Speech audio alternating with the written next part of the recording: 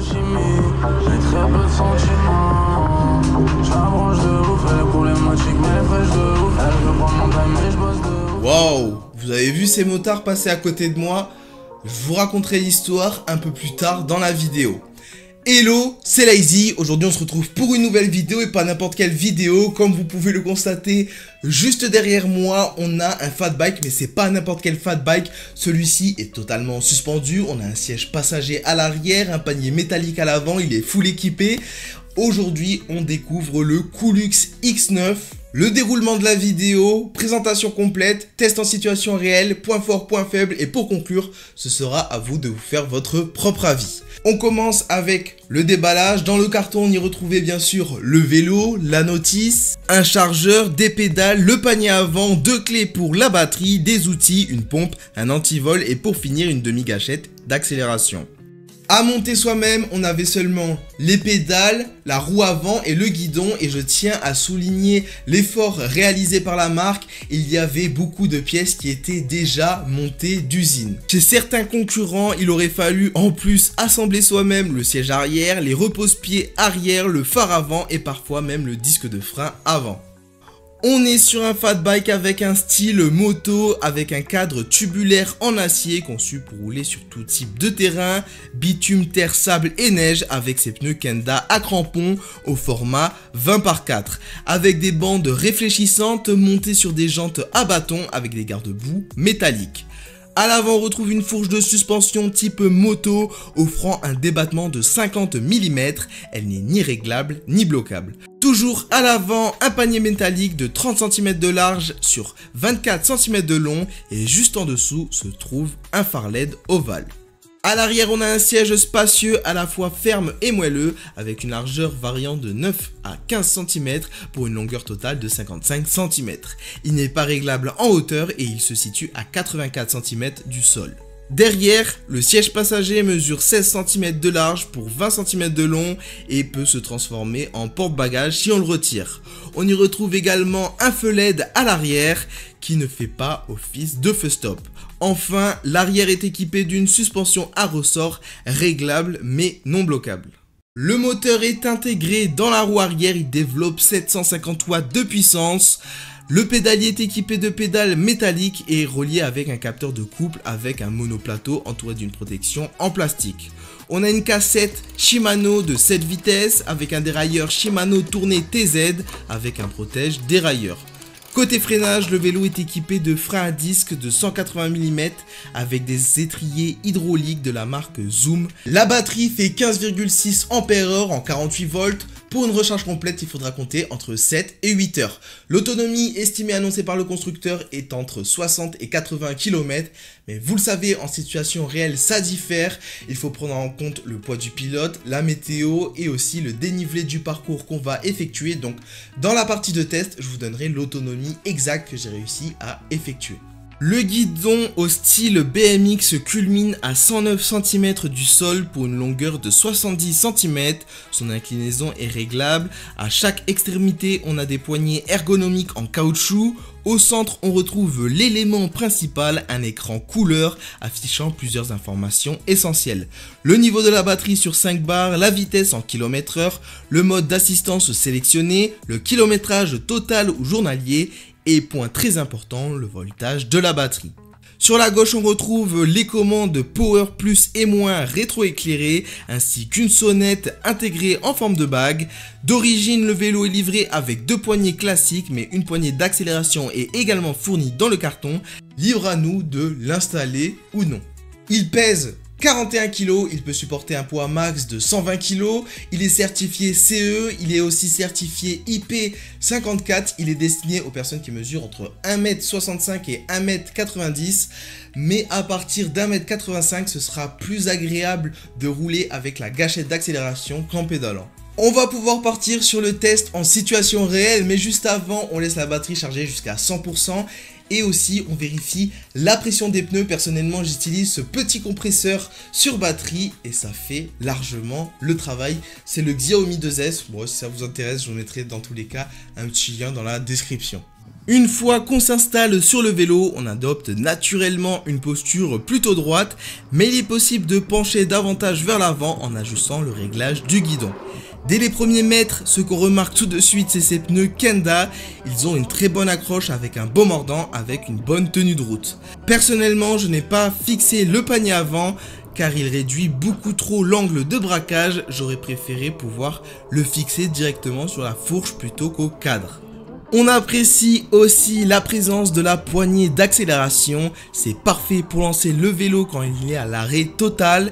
Dans l'ensemble, il est réactif et agréable à conduire. En pédalant avec le capteur de cadence, l'assistance reste dynamique, peu importe la force exercée sur les pédales. Le truc qui est cool avec ce vélo, c'est que si je pédale dans le vide, il va quand même avancer pour moi. Donc on n'est pas spécialement obligé d'installer la gâchette d'accélération.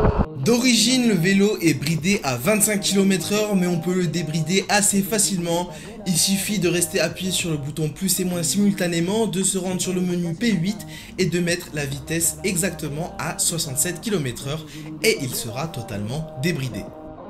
On va découvrir en combien de secondes se déclenche l'assistance électrique si je n'utilise pas la poignée d'accélération, et on va aussi voir sa Vmax. Allez, c'est parti. 1, 2, 3. Au bout de 3 secondes, on a l'assistance qui est venue nous aider. Et en termes de vitesse max, normalement, on va pouvoir aller jusqu'à 40 km/h. Et c'est ça, voilà, 42 km/h. Et on ira à peu près à cette vitesse. Oh, même 44, choc barre de baiser. Maintenant, on va voir s'il y a une latence entre les pédales et la gâchette d'accélération. Je me mets à pédaler. Voilà, j'active la gâchette et j'arrête de pédaler. Et ça avance toujours. Ça, c'est nickel. Maintenant, j'accélère avec la gâchette, je pédale, je lâche la gâchette et ça fonctionne parfaitement. Ça, c'est top. Il n'y a que 3 autres vélos qui avaient la même option. Le Sea Rusher Komoda, le Lampelesi X3000 Max et le Maxwell V20.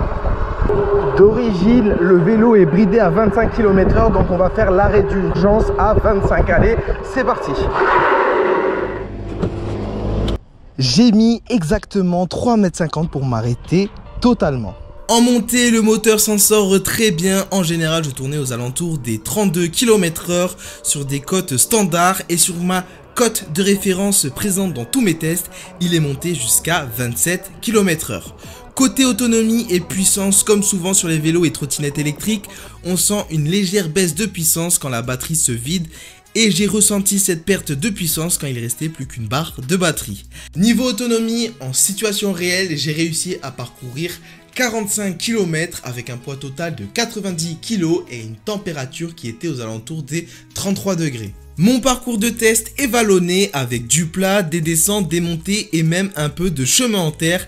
J'ai roulé la majorité du temps à 25 avec quelques variations et pendant 20 minutes entre 30 et 40 km/h. L'éclairage est bon, on peut rouler en pleine obscurité avec une bonne visibilité. Niveau confort, les gros pneus et les suspensions absorbent aussi bien les petites irrégularités que les chocs plus marqués. Les suspensions offrent un ressenti intermédiaire, on n'aura pas l'impression de flotter sur un nuage, mais elles font très bien leur travail. J'ai réussi à atteindre le débattement maximum et à faire claquer la fourche avant en sautant de tout mon poids, ou aussi en off-road sur certains gros cailloux.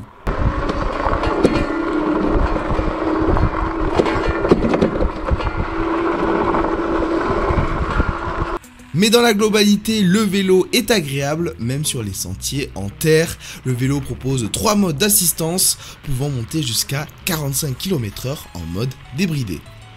J'ai testé le vélo avec un passager à l'arrière et l'expérience était super agréable. La personne était à l'aise et bien installée. De mon côté, c'était top aussi. Les pédales sont suffisamment éloignées des cale-pieds arrière.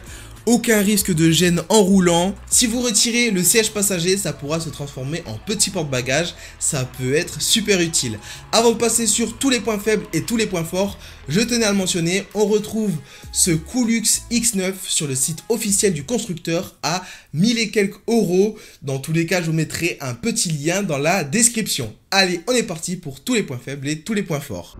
Le premier point faible pour moi, c'est qu'il n'y a pas de clé pour allumer le vélo. En mode bridé, la gâchette d'accélération n'est pas limitée à 6 km/h comme l'exige la législation. La fourche avant arrive rapidement en butée. Le panier avant réduit fortement l'angle de braquage. Et pour finir, on n'a pas d'option double batterie disponible. Ensuite, le panier avant réduit beaucoup trop l'angle de braquage. Là, on est au maximum.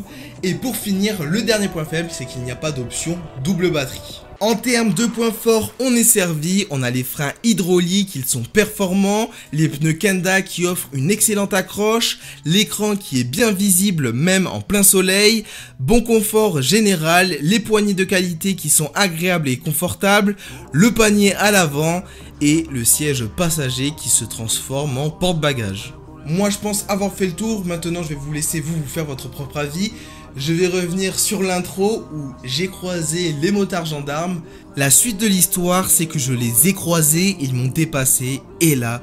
Et non, ils ne m'ont pas interpellé, ce n'est pas la première fois en réalité que je les croise, ou que je roule à côté d'eux. Morale de l'histoire, il faut rouler tranquillement et être tranquille. En soi, si vous faites pas n'importe quoi, que vous roulez tranquillement et que vous adaptez votre vitesse selon les endroits, vous n'aurez aucun souci. Comme j'ai dit, la veille, je les avais déjà croisés dans le sens inverse et je n'ai jamais eu de soucis avec eux.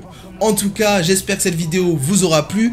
Si c'est le cas, n'hésitez pas à lâcher votre meilleur pouce bleu, vous abonner si ce n'est pas encore fait. Si jamais j'ai pas répondu à certaines de vos questions, n'hésitez pas à me le faire dans l'espace commentaire. Moi, je vous laisse ici, on se retrouve pour d'autres vidéos et je vous dis à plus les potes. Toujours les mêmes journées de galère, une boule au ventre qui te sidère. Et c'est le prix à payer pour voir rentrer le salaire. J'ai un billet bleu pour un pochon vert et pas si bien viscère. Tout ce que je demande c'est le sourire de ma mère, mon père, ma soeur et de mes frères. Ça fait déjà 18 ans de guerre, 18 ans de guerre face à la vie. Mes convictions, mon arme de poing, mes rêves, mon arme secrète. Et depuis le début je vais en retraite car faut éviter les pièges à l'eau.